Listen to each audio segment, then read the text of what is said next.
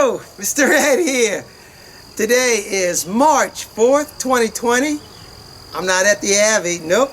I'm in one of our out yards. In fact, this is the St. John's yard, and I'm here in Folsom, Louisiana. We're about 12 miles from the Abbey, but just like the buildings at the Abbey, little lean-tos at the Abbey, these bees are underneath a really nice little structure as well. Again, I pulled a lot of honey off of these bees. I'm really a big fan of keeping bees underneath at least a roof. I know there's been comments made on, well, what about the beetles, being that the boxes are in the shade, but in truth, beetles are in all the hives. The bees, it's up to the bees to be able to take care of that situation, and for the most part, I mean, they do. Our bees, they'll herd these beetles up, whether it be on the inner cover or make corrals inside, but they'll herd them up and they'll take care of them. And like the bees at the Abbeys, these bees, they don't get much attention. So I'm wearing my suit first thing in the morning. Even though it's 60 degrees, the bees are flying, and they definitely don't like when I come visit them. But they do really well up here. So on the last video, when I was doing splits, I was using queen cells that were made either the superseding or swarm cells. Well, this time, I'm going to be using another method. I'm using my screen boards, my double dividing screen boards. Let me get a little closer to the camera and show you this. So, what this board is, it's just, I used 3/4 inch plywood, and I put mosquito screen on both sides of it. Now, what I have found is that it's best to take your netting and apply it all the way to the edges of the board instead of just a little bit, because what happens is bees will get inside underneath this fabric and they'll die inside of this. So if you bring your fabric all the way to the end, bees won't get inside of it and die. So that's like the first thing I would recommend if you're going to build your boards. Make sure your netting goes all the way to the edge, and the board, the box itself, is going to cover it so that there's no way that bees can get in. So all this is, it's a spacer bar, really all this is. And it divides a hive in two. It separates them so that the bees can't touch each other. And the idea that the bees can't touch each other simulates a separation. And in separation, we're going to have, because we have two boxes, queen's going to be in one, and the other one's going to be queen-less. So that separation, the one that doesn't have the queen, they're going to draw out emergency cells. Emergency cells are different than swarm cells or superseding cells, because swarm cells and superseding cells are cells that are drawn out by the bees, and the queen will lay an egg inside those cells, and then they'll draw those cells, finish drawing those cells out. An emergency cell is developed by the bees when there is no queen in the hive, and what they have to do is they have to use an egg that is already present in the hive and build a cell around that. And for that reason, emergency cells are generally considered inferior to a swarm or superseding cell, because the queen didn't lay the egg in the cell. The egg was already there, and the bees developed the cell around it. And because the egg can be up to 3 days old, that again affects the superiority of the queen, of her laying abilities. And sometimes there aren't enough eggs young enough for the bees to draw out a cell, in which case they can't even make a queen. So at those instances, we have to modify our operation. I'll talk about that a little later on. I hope I remember. So the board is just something that separates the bees, and by that separation, it allows the bees to start drawing out an emergency cell.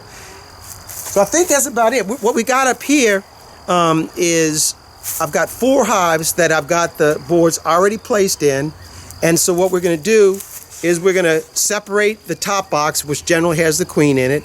We're going to move her off of that. We're going to move her off, and then we're going to go through the bottom box looking for emergency cells. And when we go through the emergency cells, hopefully we'll find them in there. And if we have some really pretty ones, we'll leave those, and any kind of inferior looking ones, puny little peanut things, I'll scrape those things off because I want to get a queen that's really nice in there. So the best looking cells are the ones that I want to keep. Sometimes you don't have a choice, and that's the way it is. So I'm going to grab the camera. We're going to get a little closer to this box, and we're going to show you the procedure that we're going to do. Today I got one of the monks with me, Brother Austin. He's with me. He's going to give me a hand today. He's asked if he could tag along and help with the bees. He might want to even be helping with the program. So by the grace of God, we're going to go ahead and get these 4 hives split today and move on to another yard and do more work up there. Let's wrangle, huh? Before we begin, just like I showed you the hives at the Abbey, I want to show you the hives here. Now, like I said, it's cool right now, so the bees aren't flying really good, but this is the arrangement that we have, and they're sitting underneath this little barn type structure. And I don't know how many hives that we can place in here. It's somewhere around 28 or 30, something like that. But these are all the boxes that we have right here. That one was a dead out from 2 weeks ago when I came here, which was the last time, 10 days ago that I came. So when we make our splits, this is where we're going to be putting them, is back here. And since I showed you that, let me show you some of the grounds right here. This is another spectacular spot for being out here. Just so nice. I think this is an 80-acre plot, and I think it has access to 40 more acres, all trees. And I see right on the other side of the van, look at that privet blooming. So we're right at the beginning of our first major nectar flow. And if you pan over to this way, you can see the rest of these grounds over here. This facility is a retreat area, and they conduct retreats here on a regular basis. But of course, due to the coronavirus, that's not going on right now. And it's basically set up for youths. So this is the area outside of the bee boxes. Oh yeah, they have a really nice pond down there as well. And if you turn to my left, there you go, you'll see where the bees are located. All right, let's go ahead and do some splits. This is the hive that we're going to be doing right now. And when those screen boards are placed in the box, just as this one is, the opening, the entrance for the top box is then changed from the opening of the bottom box. The bottom box, their opening is still on the reverse side of this, and the top box, the entrance now becomes the back of the box.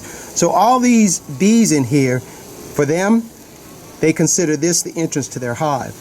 And the reason we do that is to further accommodate that idea of separateness, that the bees aren't flying into the same side of the hive. When you place your board in here, the general rule of thumb is that from 7 to 10 days after the board has been placed in there, you have to go back into the boxes, and depending on which box the queen is in, if she's in the top box, you won't find any emergency cells, and in the bottom box, if she's not in there, you will find emergency cells. And so we have to go through here and find out which box one has emergency cells in it. And then once we determine which box our queen is in, then we're going to move that box off of the location, because by moving the queen off of that box, all these field bees that are in this box right here, they're going to come back to this location. So it decreases the number of bees that are with the queen, but by doing that, it also decreases the likelihood of her wanting to swarm again. And as many bees as are in these boxes, we try to take away as many bees as we can from the queen, because she's going to build up super fast, and the one that has a developing queen in it, they're going to develop a little bit slower, but they're going to be bringing in the nectar supplies. So let's go ahead and open up this box and find out what's exactly going on in here. Because we're under the structure, I really don't have to have a a defined bottom board, and I am running kind of low on them. So I'm going to temporarily use my double screen board as my bottom board for this hive. So when I open this up, I'm just simply going to take this double screen board and move this whole box over to the other side and then go through it. So let's go ahead and do that right now. I mean, as soon as I pop the lid, boy, there's lots of bees up here, so that's a great sign. I'm going to go ahead and take this box off now. And when I put this box on the new stand, I'm going to have the location of the entrance facing the other way, because I work on the inside of this area, so I don't want bees in this area, so I want them flying out. So I keep this bee-free area. So everything, all the bees fly out. All right, let's move this box.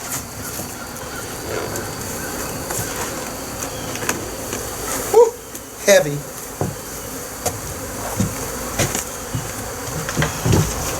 So I've moved the box off. Now what I'm hoping is that our queen was in that box. So right now I'm going to go through this box right now, and I'm going to be looking for emergency cells. I love these metal holes. I usually forget to bring them with me, but today I did. You just put these on the side of your box, and then you can drop your frames inside of them instead of resting them against the box.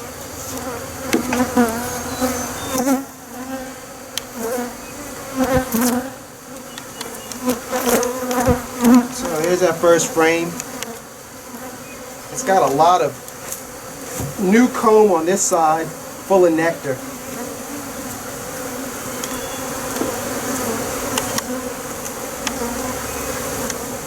Whew, look at this one. Capped honey. Some of that's old, but some of that's new capped honey as well. Oh, that's a solid frame of honey.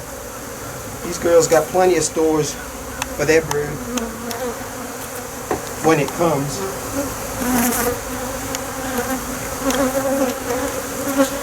Well, there's our first emergency cell right there. Let me show you. So you see that little peanut looking thing right there? And that's what I was talking about, how the emergency cells are not as pretty as a swarm cell or a superseding cell. And because the egg itself could be a 1, 2, or 3 day old egg, and so it's not as developed in much. And I don't know, but I think that with emergency cells, they'll generally supersede the queen sooner or later, but they need a queen. And look on the back side of it, there's a much prettier one right there. It's a lot prettier one than that other one. So those are the first two that we found. This one, I'm hoping I'm find more of them, because if I do, I'm gonna scratch that one off. That one is pathetic. We'll go through, look for some more. And I wanna leave, I don't know, 4 or 5 cells in there. That's okay, because once the queens emerge, they'll work it out. They'll kill each other. They'll work it out. That's not my problem. I just have to make sure that they have a queen in this box. So we know we already have 2 cells already. One good, one bad. Well, both of them are good, but one of them is better than the other. Our next frame. And already, there's another really terrible looking cell right there. And there's another one. These are all just baby cells. Look, I'll show you those. Look how small those things are. This one right here, and where is it? Oh, this one right here. So again, you can just the size difference is drastic compared to a superseding or a swarm cell compared to an emergency cell.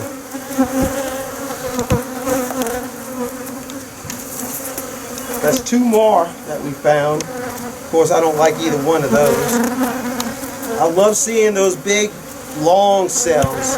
Those are the ones, because you know that when that queen comes out, she's going to have a big old butt.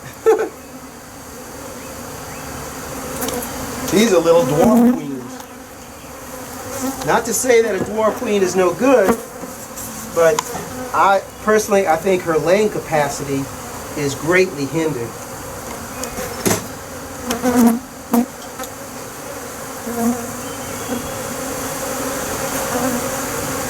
No, that side. Not on that side.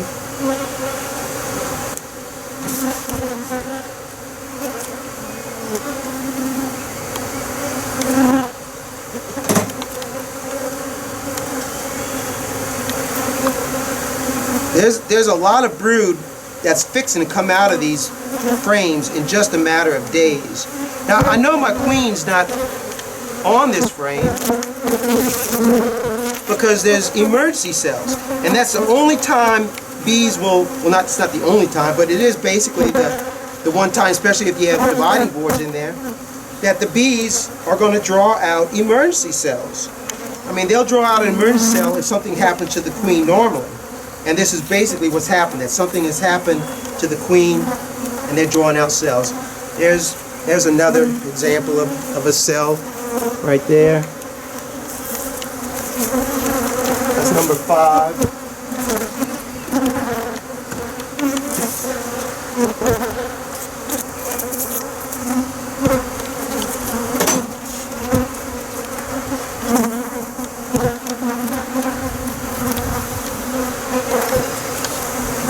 This one's really not a too bad a one compared to those other ones. Still pretty pathetic compared to a swarm cell or a superseding cell. That's number 6.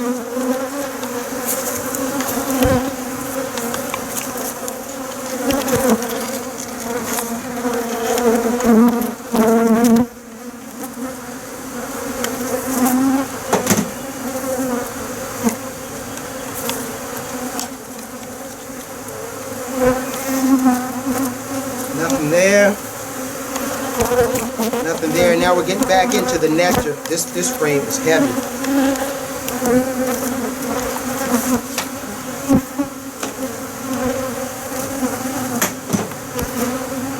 Ooh, this one is really heavy. Yeah, so we have 6 cells in this box, and really only one of them, in my opinion, was worth anything. I'm just going to leave all of them in there because when the first one hatches out, she's going to go around and she's going to start killing the other ones. So they'll get it all worked out. Hopefully the good queen, the largest of the queens, is going to emerge, but that doesn't necessarily make her the best. And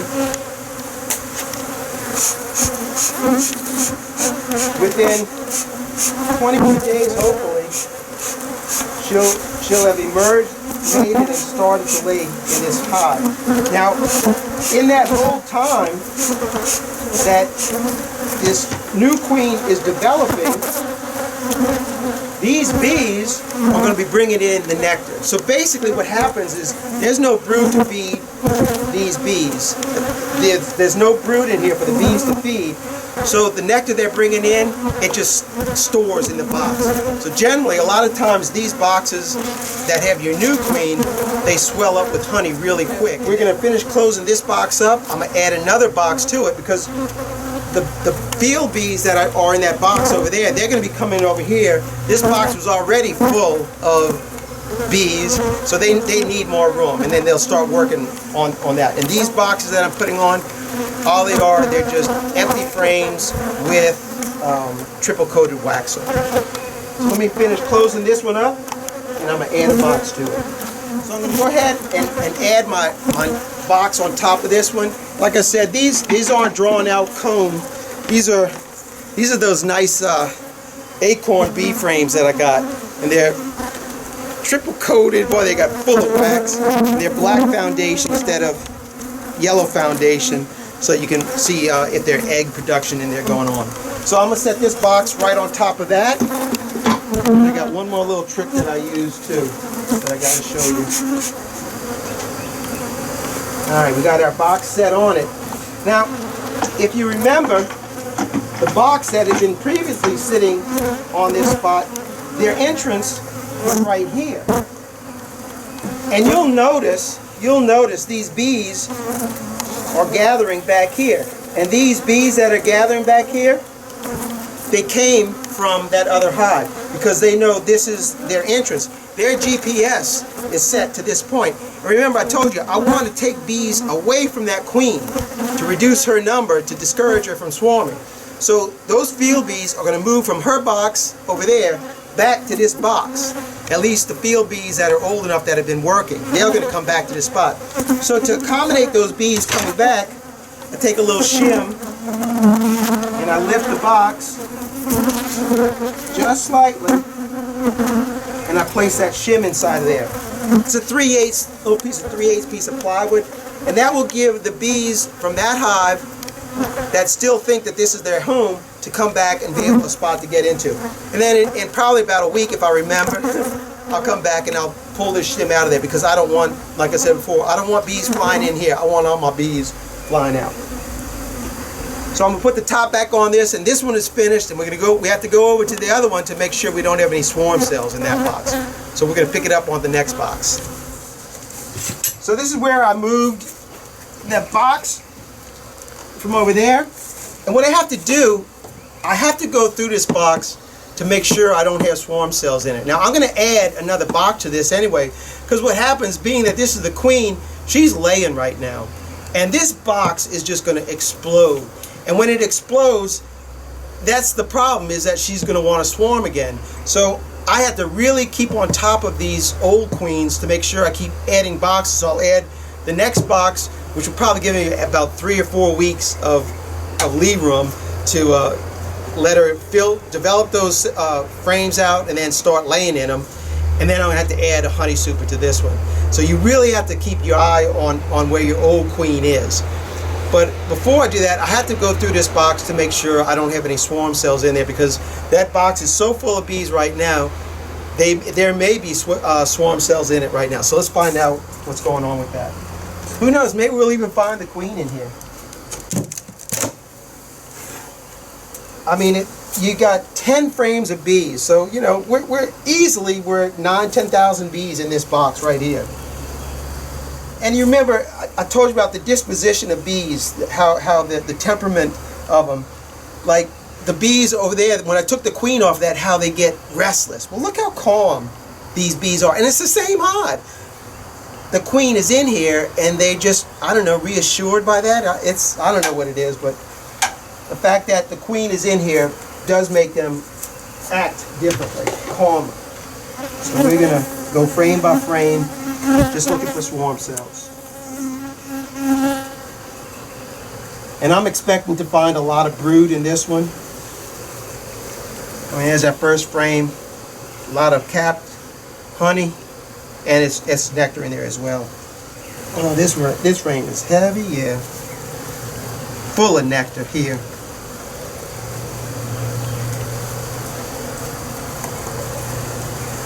And I have found my queen on honey frames.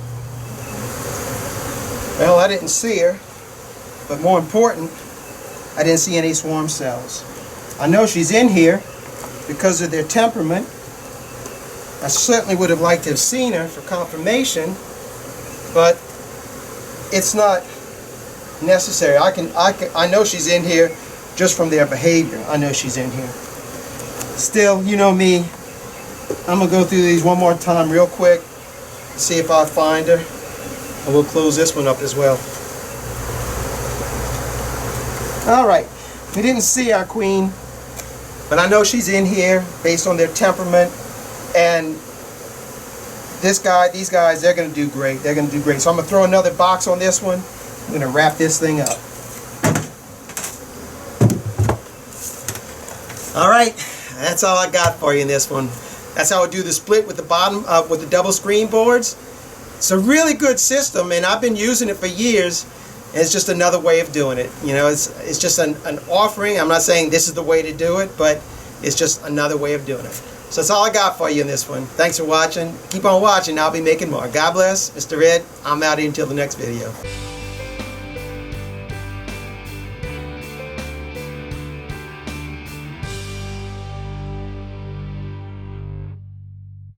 I saw this cap opening up, so I opened it up a little bit, and we got us a little virgin queen coming out. This is on the very next hive that we opened up. I think she's a little camera shy.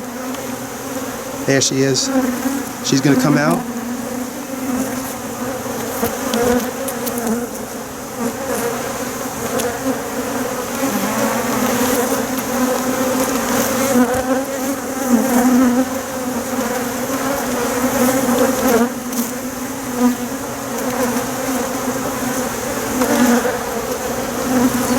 As you notice the reluctance of them to come out.